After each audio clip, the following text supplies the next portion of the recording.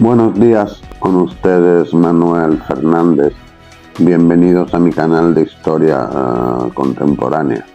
Hoy quiero hablar de Cachemira, pero no voy a hablar mucho de los recientes sucesos, del presente conflicto que está todavía en desarrollo y falta la perspectiva del historiador, sino de los antecedentes históricos del mismo. Ya he dedicado otros dos vídeos al tema de Cachemira. Hoy me quiero centrar en los sucesos del año 1965, porque guardan un curioso paralelismo con los actuales. Sabemos que el conflicto que vivimos en la actualidad ha comenzado con un atentado en Cachemira, del que India ha culpado a Pakistán y a continuación ha lanzado un ataque militar contra Pakistán. Yo no sé qué responsabilidad pueda tener Pakistán en este atentado, pero lo que sí sé es que Pakistán tiene una reputación de intentar avanzar sus intereses en Cachemira, creando problemas internos. En 1965, en concreto, los pakistaníes pusieron en marcha una operación a la que llamaron Operación Gibraltar. ¿Por qué Gibraltar? Porque se inspiraron en la conquista de España por los musulmanes. Cuando Tarik desembarcó en Gibraltar en el año 711 y le dio su nombre al peñón, Jebel Tarik, la montaña de Tarik, y usó Gibraltar como base para la conquista del reino visigodo de Toledo de la totalidad de la península ibérica. El plan de los pakistaníes consistía en infiltrar una fuerza en Cachemira que se mezclase con la población civil y provocase un alzamiento contra las autoridades indias de Cachemira, que le diese a Pakistán un pretexto para intervenir en defensa de la población musulmana de Cachemira, etcétera, etcétera, y conseguir la conquista de Cachemira sin necesidad de una guerra declarada desde el minuto uno con la India. Los pakistaníes en los años anteriores habían observado varias cosas.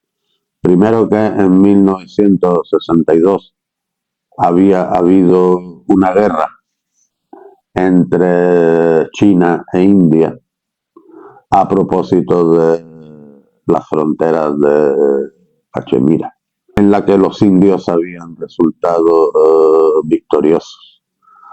Entonces, a partir de ahí, los pakistaníes le habían perdido respeto al ejército indio.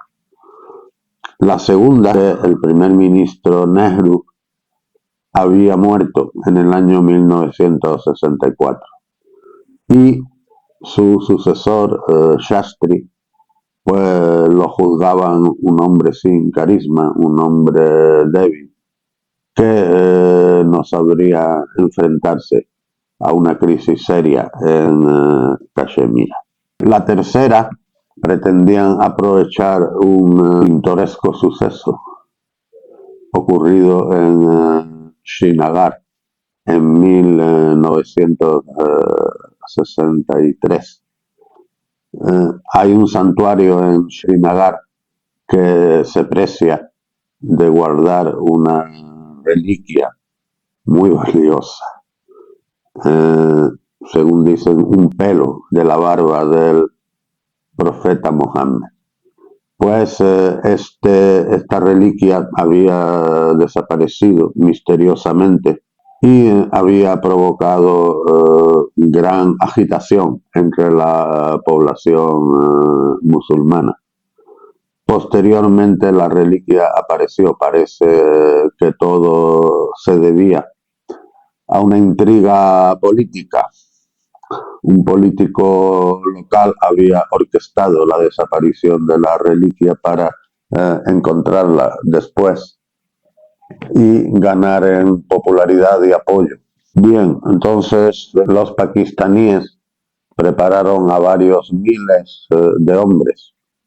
Estos eran miembros de las Fuerzas Armadas pakistaníes originarios de la parte musulmana de Cachemira. Después de la primera guerra de Cachemira en 1947 a 1949, aproximadamente un tercio de la provincia había quedado bajo el control pakistaní. Pues con soldados originarios de esta parte de Cachemira prepararon su fuerza de infiltración, que constaba de varios miles de hombres. Las cifras difieren según vengan de la parte india o de la parte pakistaní. Vamos a dejarlo en varios miles. Algunos de los cuales tenían que hacerse con el control de los pasos de montaña, las alturas dominantes, los puntos estratégicos, y los otros mezclarse con la población civil e incitarla a la rebelión contra la India. En aquel momento el primer ministro de Pakistán era Ayub Khan, pero quien organizó todo fue su ministro de Asuntos Exteriores, Zulfikar Ali Bhutto. Y la operación Gibraltar fue un fracaso. La población musulmana de Cachemira no se sentía oprimida por la India ni tenía ningún deseo de rebelarse. No hubo tal levantamiento contra las autoridades. La mayoría de los comandos pakistaníes que estaban intentando provocar la rebelión fueron denunciados a las autoridades indias, y los indios rápidamente montaron una operación de limpieza. A medida que iban empujando a todos los infiltrados hacia Pakistán, se dieron cuenta de cuáles eran sus rutas de aprovisionamiento y decidieron cortarlas, y para ello se internaron en el territorio pakistaní. Los militares pakistaníes dijeron a Ayub Khan que si seguían así, toda la fuerza que se había infiltrado iba a ser exterminada. Y entonces los pakistaníes pusieron en marcha la operación Grand Slam, que podríamos traducir como portazo, que consistía en entrar en territorio indio y cortar las comunicaciones entre Cachemira y el resto de la India. Esta operación, para empezar, se basaba en un increíble error geográfico, de que si los pakistaníes se apoderaban de la ciudad de Agnur, ellos pensaban que esta era la yugular de las comunicaciones entre Cachemira y la India, cuando esto no era así. La ciudad era un importante nudo de comunicaciones, y aunque se hubiesen apoderado de ella, que no lo lograron, no habrían alcanzado su objetivo estratégico. Pero el segundo error fue que una vez pusieron la operación en marcha, el segundo día cambiaron al comandante a cargo de la misma. Y esto supuso una pausa de 24 horas que permitió a los indios reforzarse. Frontera, más bien la línea de delimitación entre las dos partes de Cachemira, según el acuerdo que se alcanzó, que puso fin a la primera guerra de Cachemira, pues no estaba defendido por fuerzas importantes, sino por fuerzas ligeras. Los indios, en concreto, tenían unos cuantos tanques AMX-13 de fabricación francesa, que eran tanques ligeros y no podían oponerse a los tanques americanos con los que contaban los pakistaníes, en especial a los Patton. Entonces los indios en un primer momento llevaron la peor parte, pero el cambio de mando en la fuerza pakistaní les permitió reforzarse y defenderse el tiempo suficiente para que los indios montasen su propia contraofensiva, no en Cachemira, sino más al sur, en el Punjab. El objetivo de esta ofensiva era Lahore, la capital del Punjab y la segunda ciudad de Pakistán. Y los indios avanzaron hasta las inmediaciones del aeropuerto de Lahore y pusieron a los pakistaníes en grandes aprietos. En 1965, en Cachemira, tuvieron lugar las batallas de tanques más importantes que había habido desde la Segunda Guerra Mundial. Y también un curioso paralelismo con los sucesos actuales. En el aire, los pakistaníes llevaron ventaja sobre los indios, al revés de lo que ocurrió en tierra. Concretamente, un hecho bastante infrecuente en las guerras, lograron capturar un avión pakistaní, un NAT de fabricación británica, que se quedó sin combustible, se perdió durante una misión y aterrizó en una pista pakistaní abandonada y allí los pakistaníes lo capturaron. Los combates se desarrollaron entre agosto y septiembre de 1965.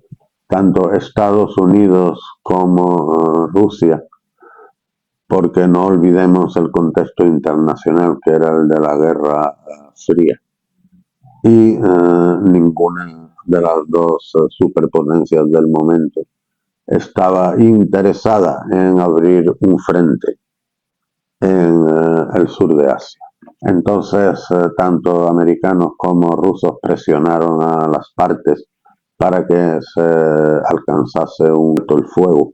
Finalmente hubo una reunión en Tashkent, en lo que entonces era la Unión Soviética, y se produjo la declaración de Tashkent, por la cual se puso fin a las hostilidades y las cosas quedaron más o menos como estaban al principio, hasta la siguiente guerra indo-pakistaní, que tuvo lugar en 1971. Pues podemos observar que estos conflictos de Cachemira siguen un guión que más o menos es el que se repite en cada ocasión. Primero, Pakistán es la principal potencia revisionista, la que no está de acuerdo con el statu quo, quiere alterarlo en su favor. La forma de hacerlo es intentar subvertir el gobierno indio en Kashmir. Sin embargo, eso no suele funcionarle. No encuentra apoyo suficiente entre la población de Cachemira, que sí, en la Cachemira india la población es mayoritariamente musulmana, pero no debemos olvidar que hay 200 millones de musulmanes en la India, que la India es el tercer país con mayor población musulmana del mundo. Y después de Indonesia y Pakistán.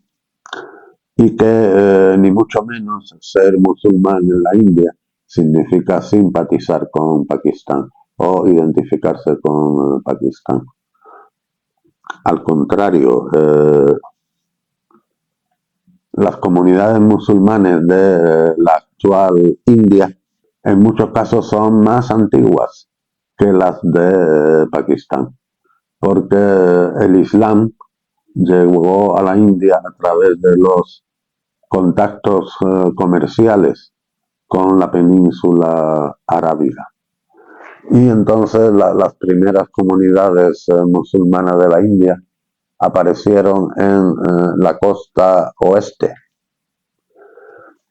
la llamada costa Malabar, el mismo lugar donde tuvieron lugar los primeros contactos con los portugueses, que como los árabes venían del oeste.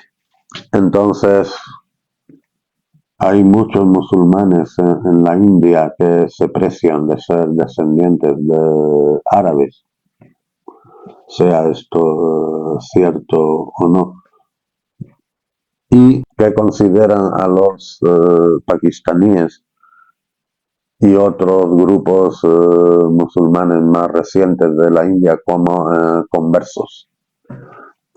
Incluso hay musulmanes en la India que dicen que sus antepasados se convirtieron al Islam en tiempos del profeta Mohammed, mientras Mohammed aún vivía.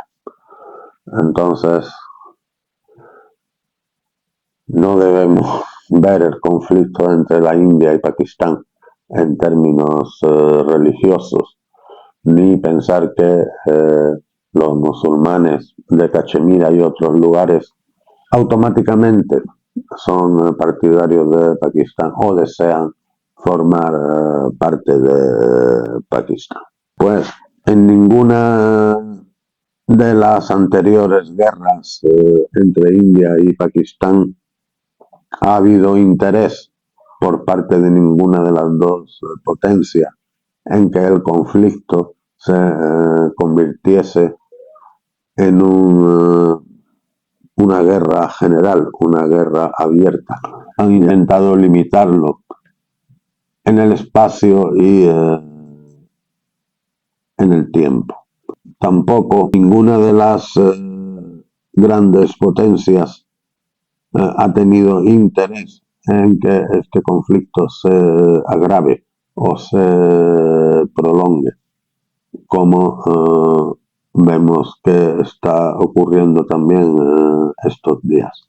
Cabe esperar que todo termine con una vuelta al statu quo ante y que no haya consecuencias más graves. Y esto ha sido todo por hoy. Que pasen ustedes un buen día. Si les ha gustado el vídeo, denle al botón me gusta. Y si no están suscritos y quieren hacerlo, pues yo os lo agradezco mucho. Hasta la próxima.